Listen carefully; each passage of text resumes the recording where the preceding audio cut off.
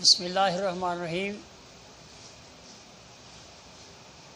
حیض آنا ایک عورت کے صحت مند ہونے کی ایک علامت ہے۔ اگر عورت کا اللہ نے جو مزاج بنایا ہے، اگر وہ بحال ہے تو اس کو ایک خاص مدت تک حیض کا عمل جاری رہتا ہے۔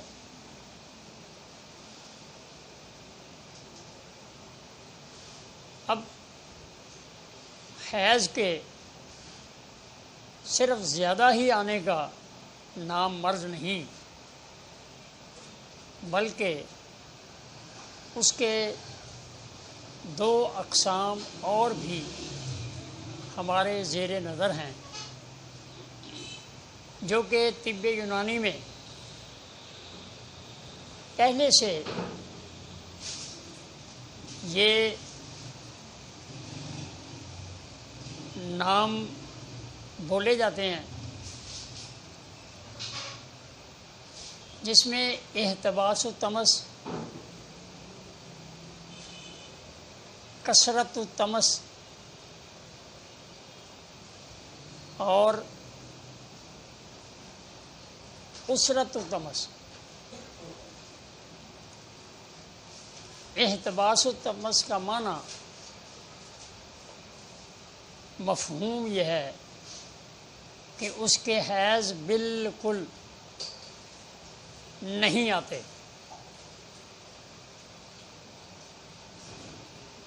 اور اسرت الطمس کا معنی یہ ہے کہ حیض آتا ہے لیکن وہ تنگی اور درد کے ساتھ آتا ہے، اور کثرت الطمس کا معنی مفہوم یہ ہے کہ اس کو حیض وقت سے پہلے آتا ہے اور زیادہ آتا ہے۔ اب ان تینوں کی تشریح میں آپ کے سامنے عرض کروں گا، کیونکہ رحم ایک جگر کا ورکر ہے، جگر کا ایک خادم ہے۔ جب تحریک اعصابی ہوگی، رطوبات جسم میں بڑھ چکی ہوں گی، تو پھر جگر میں تحلیل ہوگی، تحلیل والے مقام پر ضعف اور کمزوری کے سبب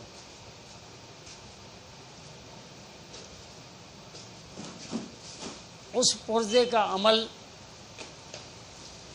سر انجام نہیں پائے گا، اور جسم کے اندر رطوبت کے سبب سرخ سیل کم ہوں گے، جس کے سبب اس کو احتباس الطمس ہوگا، یعنی حیض بالکل بند ہوگا، حیض نہیں آئے گا۔ دوسرا عمل، اگر جسم میں جگر کی تحریک زیادہ ہوگی، حرارت کی زیادتی ہوگی، گرمی کی زیادتی ہوگی، تو پھر تمام یوٹرس کے سسٹم میں ورم ہوگا اور ورم کی وجہ سے راستے بند ہوں گے، تو اس تحریک میں حیض تنگی کے ساتھ آئے گا، جس کا علاج اعصابی تحریک پیدا کرنے سے مکمل ہوگا۔ تیسری بات، کثرت التمس، وہ عضلاتی یعنی خشک اور گرم مزاج میں سرخ خون جسم میں زیادہ ہوگا، اور یوٹرس کے اندر جو قلب و عضلات کے سسٹم تحریک کے سبب پھٹ جائیں گے، وہ خون یوٹرس کا یا رحم کا نہیں ہوگا، بلکہ وہ قلب و عضلات کے سسٹم میں تحریک کے سبب پھٹ جانے سے وہ خون آئے گا۔ اس کو ہم کثرت التمس کہیں گے، اور جیسا کہ میں پہلے بتلا چکا ہوں کہ اعصابی تحریک بلغم کے بڑھ جانے سے، رطوبت کے بڑھ جانے سے جب احتساب التمس ہوگا، تو احتساب تمس کا علاج جو ہے وہ خشک گرم ادویات کے کرنے سے مکمل ہوگا، اور حیض کا آنا درستگی کی ایک عمل کے ساتھ مکمل ہوگا۔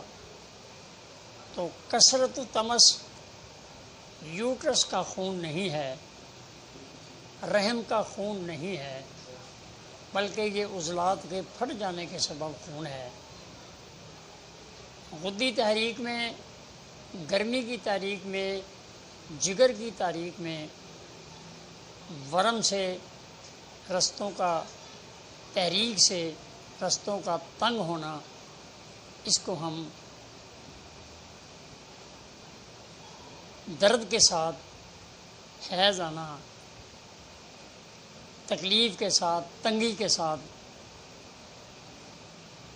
اس کا علاج اعصابی ہوگا، اس کو ہم اسرت التمس کا نام دیں گے۔ یہ تینوں عمل اسی ترتیب سے مکمل کرنے سے ہمیشہ ہمیشہ کے لیے صحت یابی نصیب ہو جاتی ہے، اور پھر عورت کا اپنا مزاج قائم رکھنے سے نہیں ہوتی۔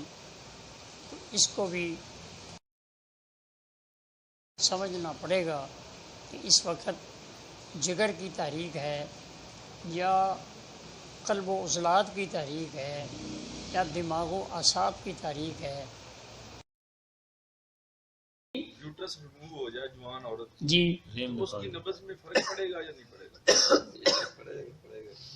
جی صاف ظاہر ہے کہ اس کے جسم کا ایک پرزہ نہیں ہے، اسے اگر کچھ نہیں ہوگا تو اس کے مینسز کے رکنے کی وجہ سے اس کے جسم کے اندر فاسد مادوں کی اجتماعیت ہوگی، ٹھیک ہے، اس کی پوری غدی نبض نہیں ہوگی۔ آپ نے اس کو دوبارہ نبض کو سمجھتے ہوئے، کیونکہ نبض اس کے پیچھے چلی جائے گی، یعنی میں نے آپ کے سامنے صرف 6 نبضوں کے ایک پیمانے رکھے ہیں۔ 7واں پیمانہ آپ جتنے بھی سوال کریں، میں نے ان 6 کے اندر ہی آپ کو لے کر آنا ہے، یا نبض پیچھے کو یا نبض۔ ایک عورت اگر آپ کے پاس آئی ہے اور آپ نے اس کی نبض دیکھی ہے، وہ نبض غدی عضلاتی نہیں ہے، تو پھر اس کی کوئی اور نبض تو ہے نا، جی، یا وہ اصلاحات کی طرف چلی گئی ہے یا وہ بھائی معاملہ کلیئر ہے. آپ اس سے کہیں اگر آپ یہی کہہ دیں کہ آپ کا یوٹرس جو ہے وہ کام نہیں کر رہا تو وہ کہے گی ہے ہی نہیں تو کام کیا کرے گا. نہیں سمجھ آئی جی؟ جب ہے ہی نہیں تو وہ کام کیا کرے گا. تو آپ نے تو معالج بننا ہے، اس کا علاج کرنا ہے، اس کی صحت والی نبض کو دوبارہ بحال کرنا ہے. اب میں یہ کہہ دوں کہ جی نہیں اس کی نبض جو ہے وہ نہیں ہوگی تو پھر آپ علاج کر کے بھی ناکام ہو جائیں گے، پھر وہ نبض ہی نہیں ہوگی تو پھر علاج کس بات کا ہوا. گویا کہ اس کی صحت والی نبض پھر بھی غدی عضلاتی ہی ہے، اور اگر وہ غدی عضلاتی نہیں ہے تو آپ اس کو بیمار کہیں گے، اس کو آپ علاج معالجہ کریں گے. اور اگر اس کی نبض غدی عضلاتی ہے، چاہے اس کے یوٹرس ہے یا نہیں ہے جی، جب آپ کی دوائی سے وہ غدی عضلاتی ہو سکتی ہے تو پھر وہ اپنے آپ بھی طبعی طور پہ تو غدی عضلاتی رہ سکتی ہے. یہ کون سی بات ہے؟